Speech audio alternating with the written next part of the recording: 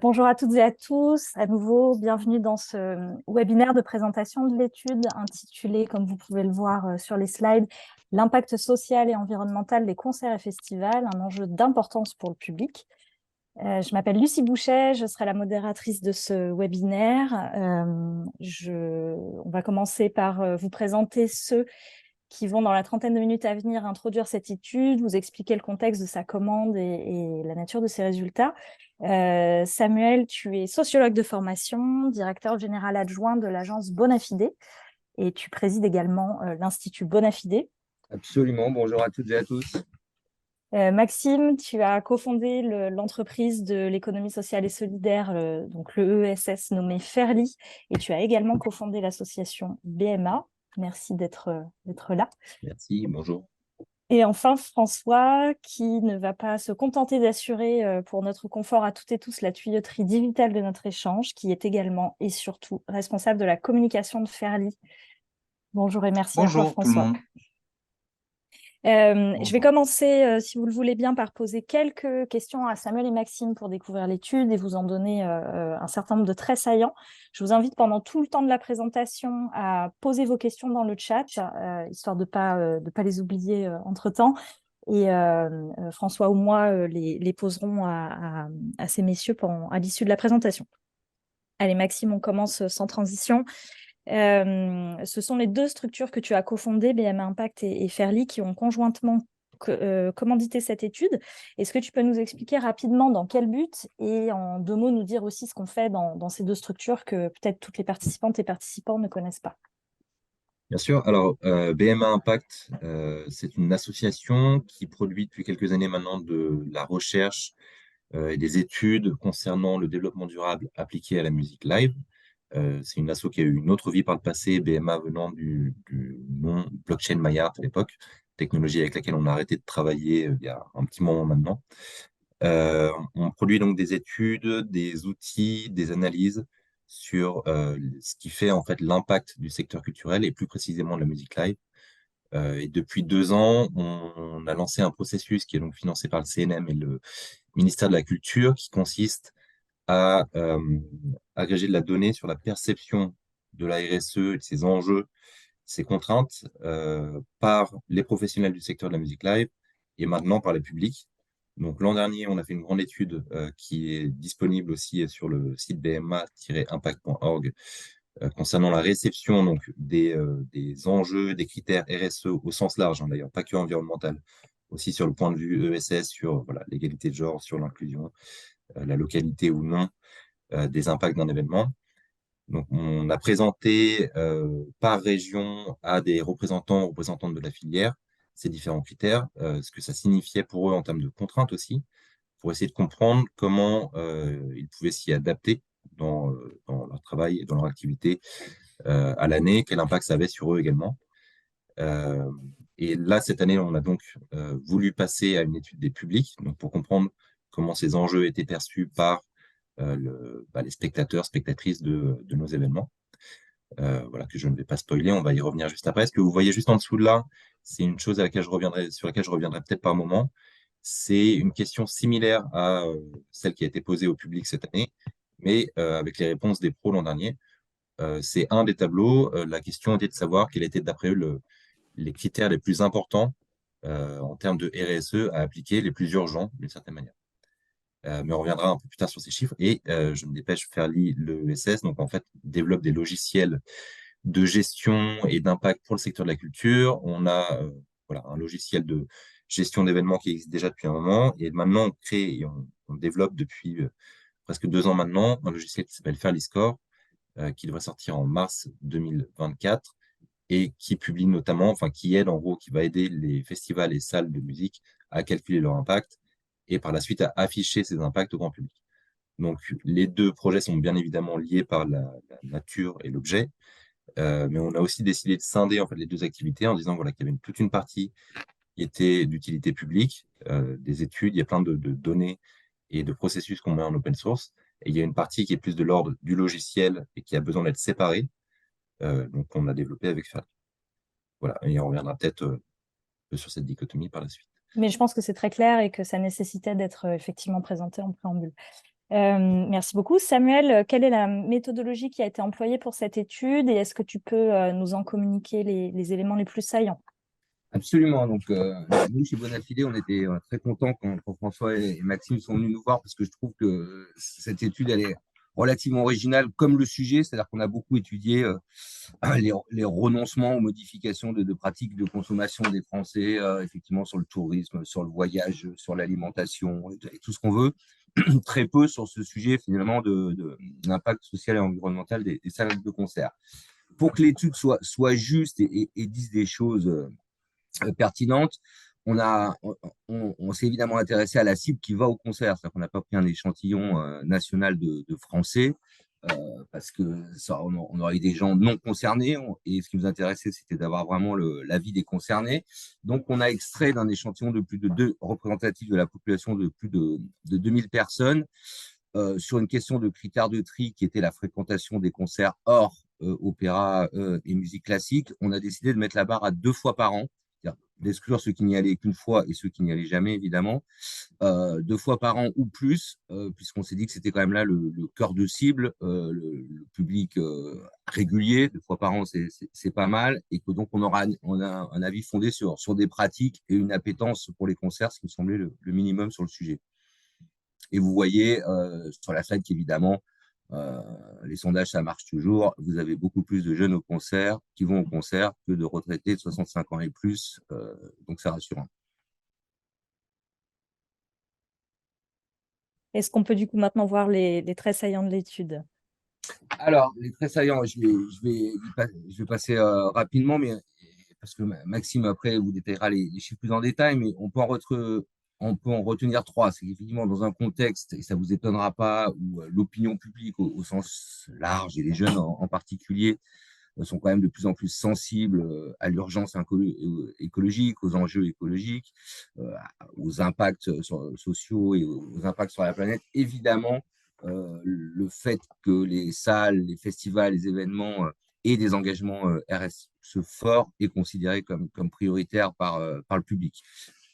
En découle évidemment une forte demande parce que je vous l'ai dit, je pense que c'est un sujet qui n'est pas complètement mature dans la tête du public et je ne suis pas sûr que tous les gens qui vont au concert aujourd'hui se posent cette question-là, alors qu'ils se la posent quand ils prennent l'avion par exemple ou quand ils achètent au supermarché. Je ne suis pas sûr qu'elle soit complètement spontanée.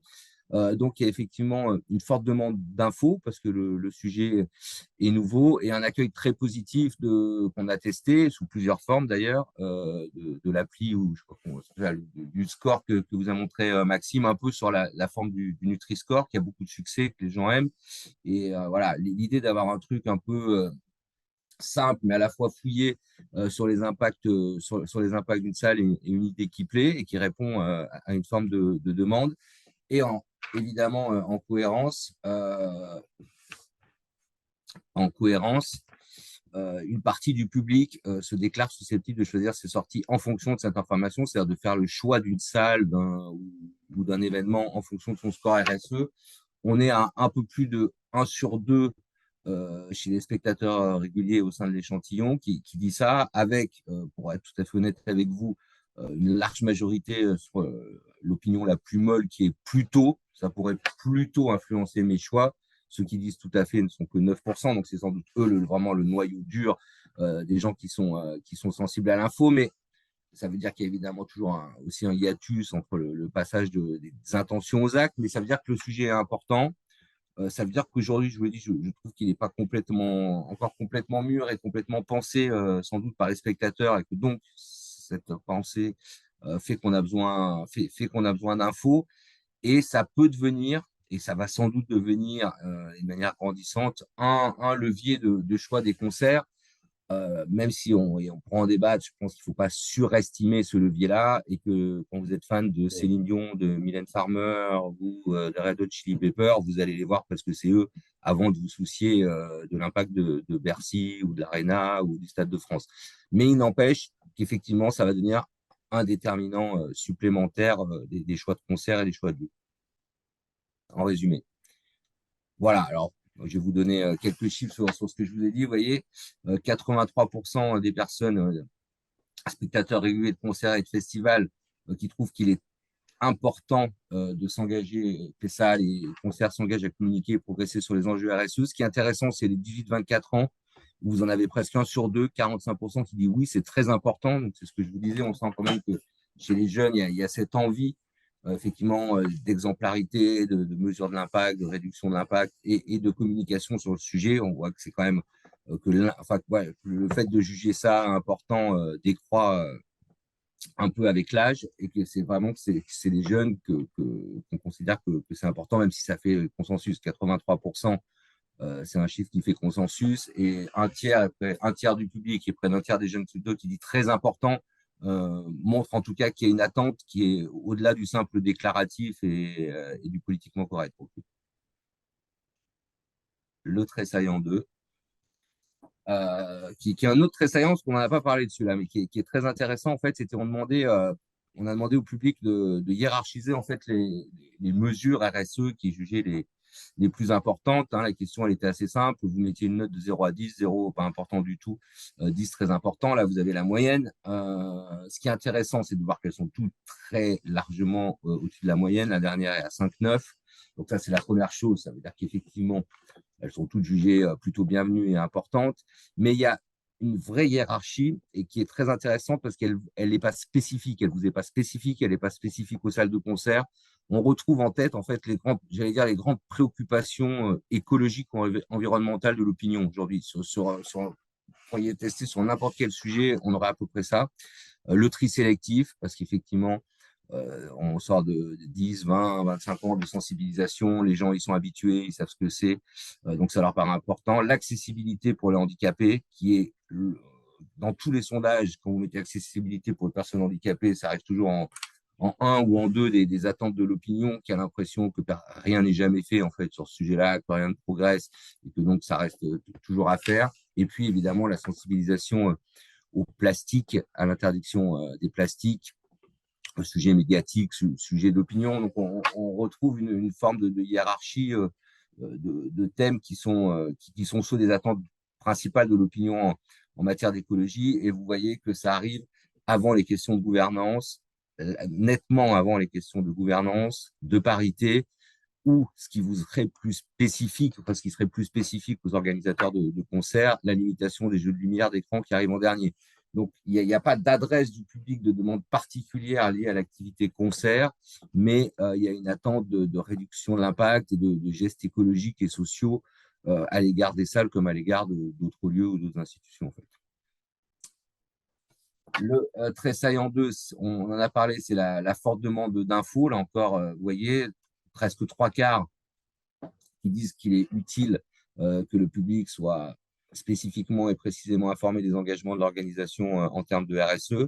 Là encore, avec des jeunes qui sont encore plus nombreux que la moyenne à juger ça utile. Donc voilà, il y a une demande, on la mesure, elle existe et elle débouche effectivement sur ce que je vous ai dit tout à l'heure. Plus d'un spectateur sur deux, 55, dit que cette information pourrait influencer le choix de concerts et festivals, mais sur ce 55, il y en a 43 qui disent, ou 45 qui disent plutôt, et 9 qui disent tout à fait. Donc on voit que c'est encore de l'ordre effectivement de la déclaration, de l'intention, pas forcément du passage aux actes, mais les indicateurs précédents que je vous ai montrés font quand même penser qu'effectivement le sujet va monter, il n'a pas beaucoup de raisons de diminuer, il va devenir de plus en plus important. C'est encore un champ, je vous l'ai dit, qui n'est pas complètement dans le débat public, le sujet de l'impact des salles de concert. Donc, il va y venir, évidemment. Et donc, effectivement, le score ou l'impact score ou le Nutri-Score culturel, je ne sais pas comment vous l'appelez, va devenir un déterminant de plus en plus important des comportements, des pratiques et des choix. Voilà, j'espère que je n'ai pas été trop long. Non, non, non.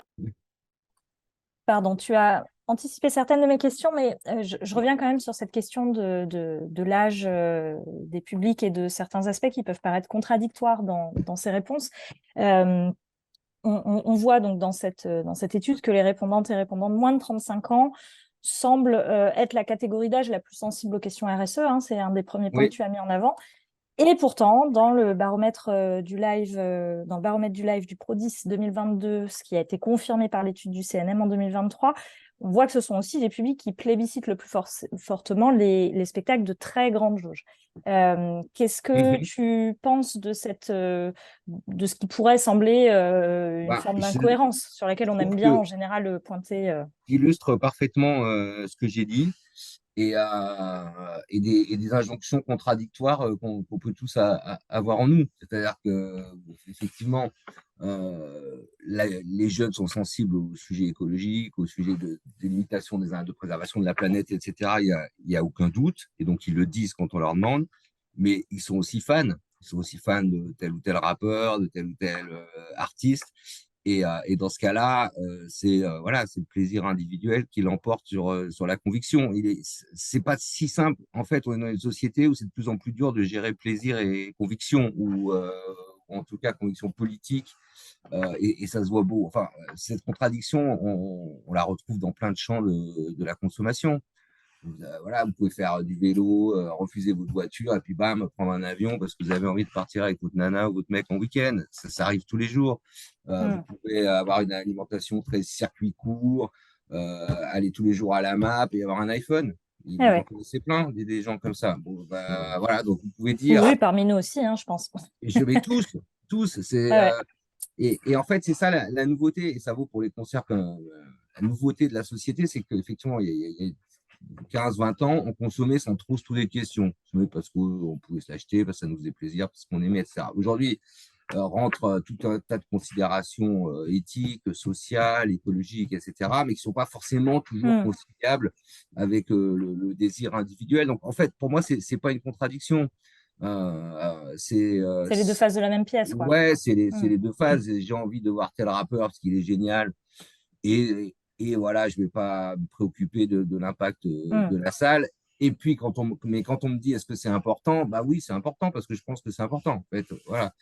Et encore une fois, je l'ai dit, mais ça me semble vraiment important. Et s'il y a une chose à retenir, je pense que le sujet n'est pas mature pour le public. C'est-à-dire que, ce que je vous dis, la question qui va se poser quand il va acheter son Apple, il l'achètera quand même, mais il va se poser la question. Quand il va prendre son avion, ou quand il va Hmm. acheter ses Nike, etc. Là est la question. Je pense qu'aujourd'hui, quand les gens vont à Bercy, à l'Arena, au Stade de France, je ne suis pas sûr qu'ils disent je vais dans une grande salle, donc avec un impact plus négatif que d'autres, ou plus, voilà, en termes de carbone, d'émissions, de déchets, etc. Je ne suis pas sûr que ce raisonnement soit fait, en fait. Hmm. Je ne suis pas sûr, parce que je pense qu'aujourd'hui, les lieux culturels ne sont pas vus comme des lieux à fort impact sur la planète. Hmm. Ok. Le temps passe à une vitesse folle. Pardon, je suis trop bavard. Non, non, je t'en prie. Ma question suivante s'adresse à Maxime. Samuel a bien expliqué hein, qu'il fallait prendre avec précaution on va dire cette volonté molle d'éventuellement faire évoluer ses choix de sortie sur la base d'un score qui serait communiqué. Néanmoins, il me semble quand même que cette intention plus ou moins forte de faire évoluer ses choix de sortie en fonction de ce score, il oblige d'une certaine manière à une très grande transparence et à une déontologie réaffirmée sur le calcul du score. Comment, Maxime, tu reçois cette information alors que vous êtes en plein travail sur le Fairly Score? Oui, alors je vais en profiter pour aborder un autre point de l'étude qu'on avait gardé de côté. De toute façon, tout se retrouve à nouveau dans la synthèse, hein, bien sûr, qui sera disponible. On a posé la question justement de savoir quel format de score était attendu, question sur laquelle ça posait déjà un filtre. Donc, c'est les personnes qui se sont dites intéressées par une information sur la qualité RSE d'un concert, hein, bien sûr, à garder en tête. On a proposé deux modes donc, de présentation de résultats. Un sur le format unique du Nutri-Score, donc juste des lettres qui symbolisent d'une manière très schématique ou très approximative, on va dire, aux généralistes, une position dans l'impact, sur une échelle d'impact de 1 à 5, donc de A à E, et une autre qui rentrait dans le détail. Donc qui voilà, va faire je sais pas, une note plus étalée déjà, donc sur 100 notamment, avec plusieurs sous-critères, avec une explication des scores, des résultats.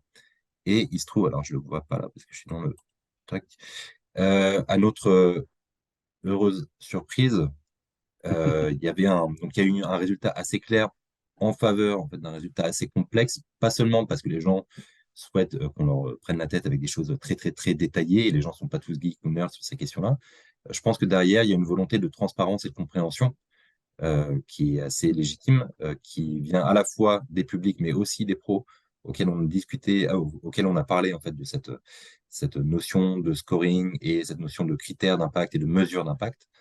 En fait, je pense que les gens sont prêts à l'intégrer comme une information supplémentaire. En plus, là, je reviens sur la perspective du public. En plus du prix, en plus du lieu, en plus du jour, en plus de l'esthétique, le fait d'avoir une information sur la responsabilité, pourquoi pas, mais avec un détail, avec une explication de comment est-ce qu'on arrive à ce résultat. Euh, donc ça témoigne d'une certaine curiosité en fait pour le sujet qui me semble tout à fait saine et encourageante. Donc nous, ce qu'on fait de notre côté, c'est qu'on essaie d'être le plus transparent possible sur la manière dont les mesures sont faites, la manière dont des données telles des menus servis, des kilométrages, je sais pas, des programmations, etc., se transmettent ou se transforment en des indicateurs chiffrés ou normés, gradués, etc. Donc il faut qu'on soit très, très, très transparent sur ces questions.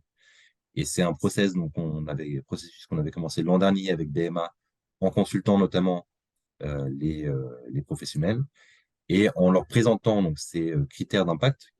C'est des critères pour certains de l'ADEME, pour d'autres qui viennent d'autres indicateurs qui ne sont pas spécifiques à la culture, l'indice d'égalité femmes-hommes, etc. Donc, on rassemble beaucoup de différents indicateurs qu'on leur a proposés pour voir comment est-ce que un outil de calcul d'impact pouvait refléter efficacement et d'une manière juste la réalité d'un métier sans être, on va dire, dans pas dans le cliché, mais dans des formats bruts comme un Nutri-Score tout simple qui, voilà, on est soit A, soit B, soit C, soit D, soit E, sans plus de nuances. Donc, Ok. voilà. Quel dialogue tu as aujourd'hui avec l'écosystème musical et culturel sur ce projet? Quelle réaction il provoque éventuellement? On a un peu de tout, pour être honnête, hein. On a donc, des personnes et des structures qui sont très enthousiastes à cette idée-là. Voilà, on a un comité de pilotage aussi qui rassemble les deux principaux syndicats, plusieurs salles et festivals qui suivent de près tout le projet, qui participent donc à sa construction. Donc on a beaucoup de retours, notamment très positifs, d'autres qui sont plus, comment dire, parfois des critiques, parfois des questions assez légitimes. Il y a un peu de crainte parfois que j'entends sur la question de est-ce qu'on va être noté, est-ce qu'on va avoir en gros une mauvaise note, et est-ce qu'on peut résumer une activité de cette manière-là, et est-ce que ça va pas nous desservir aussi le fait de montrer une note négative, par exemple, à nos publics. Donc pour ça aussi, on essaie d'avoir assez de nuances et de subtilité, c'est-à-dire qu'on on demande pas, enfin en tout cas, le logiciel qu'on est en train de développer actuellement ne forcera personne à publier ses scores. On est d'abord dans une logique d'amélioration continue en interne. Donc on va avoir ces indicateurs, on va essayer de comprendre où est-ce que le bas blesse éventuellement, où est-ce qu'on peut s'améliorer voilà, sur les prestataires, sur, je sais pas, nos lights, ceci, cela. Donc ça permet de comprendre d'abord pour ensuite agir et progresser. Et par la suite, il sera possible de publier ces scores. Et ensuite, l'autre aspect de réponse à cette question-là, c'est qu'on essaie de prendre en compte la diversité de contexte en fait, des acteurs culturels. On a quand même une industrie, si on peut en parler comme ça, qui est très hétérogène.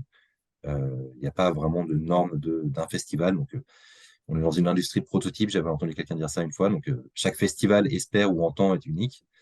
Ça pose des problèmes quand on veut essayer de les comparer sur des critères communs à tous. Donc, un des résultats, notamment de l'étude de l'an dernier auprès des professionnels, c'était de faire émerger certains contextes qui peuvent nous amener à pondérer en fait les mesures d'impact en fonction du contexte rural, urbain par exemple, de la taille de l'événement, est-ce que c'est un festival, une salle, ceci, cela. Et en fait, Pour le ça dire permet un peu cash, on n'a pas juste un mauvais score parce qu'on est un festival de plein air rural en dehors de toute infrastructure de transport en commun. Voilà, exactement. Donc, on prend en compte les premières questions, notamment du formulaire, du pré-formulaire, sont de savoir si, voilà, est-ce qu'il y a des infrastructures publiques à côté pour accéder à l'énergie, à l'eau, est-ce qu'il y a des mobilités publiques notamment, etc. Donc, l'idée, c'est de refléter une chose sans être voilà, dans Ok. un peu dur et uniforme. On a plusieurs questions Du coup, si ça vous va, je pense qu'on peut s'arrêter là et maintenant traiter les questions. Je commence par la question d'Aurélie, parce qu'à mon avis, elle va permettre à Samuel d'évoquer un point saillant qu'on n'avait pas priorisé. Aurélie vous demande donc à tous les deux, est-ce que la catégorie socio-professionnelle ou le niveau d'études a été demandé aux répondants? D'ailleurs, j'ai un petit bout là-dessus. Tac. Super. Voilà. On a réponse à tout. Alors, oui, évidemment que quand on fait l'enquête, on a toute une batterie de ce qu'on appelle, nous, les ventilations, c'est-à-dire l'âge, le sexe, la région de résidence, le niveau de diplôme et la CSP. On n'est pas, là, je vais dire à votre attention, on est représentatif sur l'échantillon de base, donc on extrait les gens qui vont au concert. Ensuite, je ne sais pas si enfin, on peut pas savoir si on est représentatif, puisque personne ne connaissant la population mère des gens qui vont au concert, difficile de faire des quotas. Ce qui est intéressant quand on regarde, c'est que le public des concerts est ce que moi j'appelle alors, du jargon sociologique, mais très interclassiste, est très diversifié, est très mêlé, et que c'est sans doute finalement dans une société aujourd'hui qui s'archipélise, qui se fracture, qui se replie, pas le seul, mais un des derniers endroits quand même où les gens se mélangent un peu et on retrouve des gens de toutes conditions, de tout âge, voilà. Vous voyez que sur la répartition, par exemple, entre diplômes, c'est très rare d'avoir des événements. Vous avez pratiquement la même proportion de non-diplômés que de bac+5. Alors, ça, ils vont pas forcément au même concert, hein, attention. Bien Parce que là, sûr, on parle vraiment concert-festival. Mais il n'empêche ils vont au concert et à des festivals. Et Il y ça en a rejoint une autre certains. question qui a été posée, pardon, je te coupe Samuel, sur la notion de géographie de provenance du public et celle du genre musical. Si tu peux très rapidement nous dire si ça a été Non. pris en compte ou pas. Alors, le genre, non.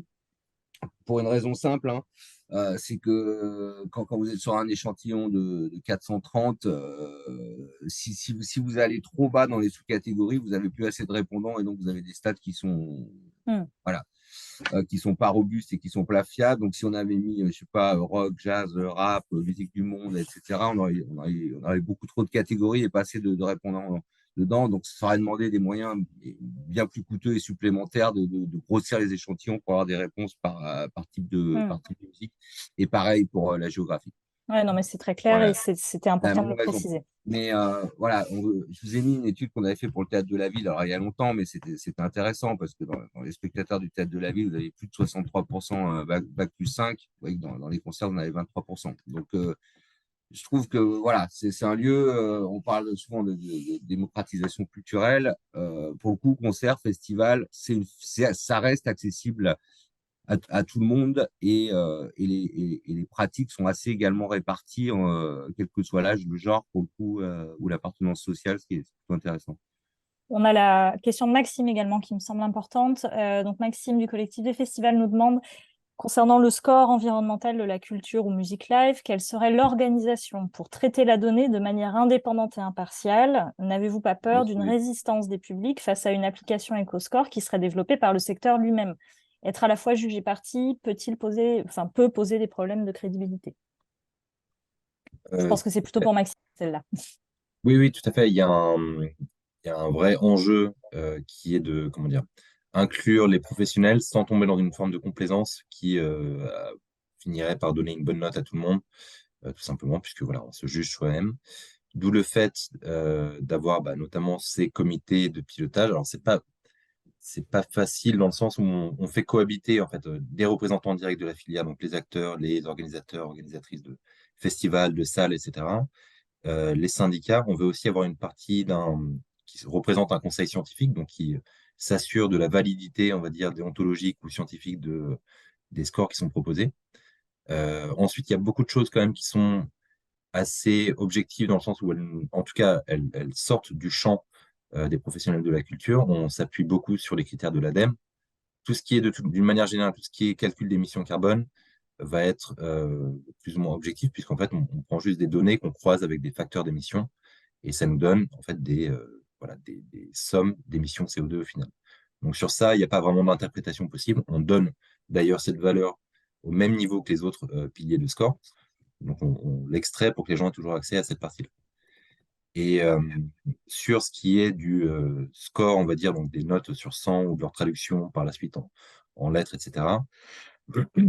On aura donc comment dire, des moments d'échange et de mise à jour du score réguliers et qui sont consultables, bien sûr. Donc, ce qui fait que toutes les logiques et en gros tout l'historique qui a mené d'un score à l'autre tout au long de son évolution, tout sera ça consultable. Et du coup, ouvert à la concertation, voire à la critique et à la remise en cause. Ok. Je pense que tu viens de répondre du coup aux questions de Marlène et Cécile qui étaient liées à ces questions de score. Sinon, il ne faut pas hésiter à contacter Maxime à l'issue de la présentation. On arrive au terme du temps imparti. Je voulais quand même te poser une dernière question, Maxime. Comment tu comptes t'emparer des résultats de cette étude? Pour nous, ça permet de valider aussi certaines hypothèses. C'est-à-dire que déjà que ça intéresse quand même un petit peu les gens, notamment en dehors de notre secteur et en dehors des gens convaincus auxquels on parle souvent. Donc, la première chose, c'est ça, en fait, c'est qu'on a le sentiment qu'on ne va pas se prendre nécessairement un énorme mur en essayant de parler au grand public de ces questions, qu'il y aura du répondant ou de l'écoute. Ça, c'est la première chose. Ça nous a confirmé aussi le fait que on pouvait, en termes d'affichage ou en termes d'interface, on pouvait se permettre d'être assez précis et d'être descriptif dans nos résultats. Ça nous permettra aussi, dans nos contacts avec les plateformes de billetterie, qu'on espère convaincre en fait d'afficher ces scores. Ce sera un argument pour nous pour leur dire voilà, il y a une attente possible, ou il y a une appétence du public pour ces questions-là. Que c'est pas réservé à une poignée de personnes en avance de 15 ans sur leur temps. On est en fait dans les temps par rapport à ça. Même s'il y a encore du chemin à faire, même si on n'est pas au niveau de l'alimentation, on n'est pas au niveau du textile, de la compréhension des enjeux liés au tri, au plastique, etc. Comme l'a très bien souligné l'étude et Samuel ensuite. Mais on n'est pas quand même, voilà, on n'est pas si en retard que ça.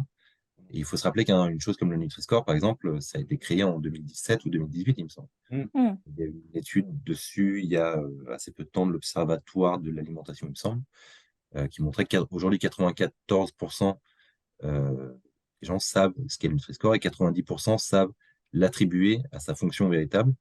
Il me semble que c'était plus d'une personne sur deux qui l'utilise ou l'a utilisé pour changer au moins une habitude alimentaire, une habitude de consommation alimentaire. Ok. Eh bien, on arrive au terme de notre webinaire.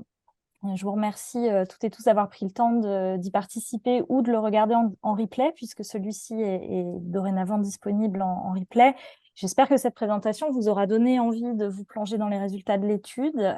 Sa synthèse et tous ces résultats sont d'ores et déjà disponibles sur le site de BMA, dans la rubrique livrables. Donc, je vous invite à vous y plonger et à ne pas hésiter à nous poser les questions complémentaires que vous auriez après cette consultation. Voilà, merci Samuel, Maxime, François, Merci. et je vous souhaite une bonne journée à toutes et tous.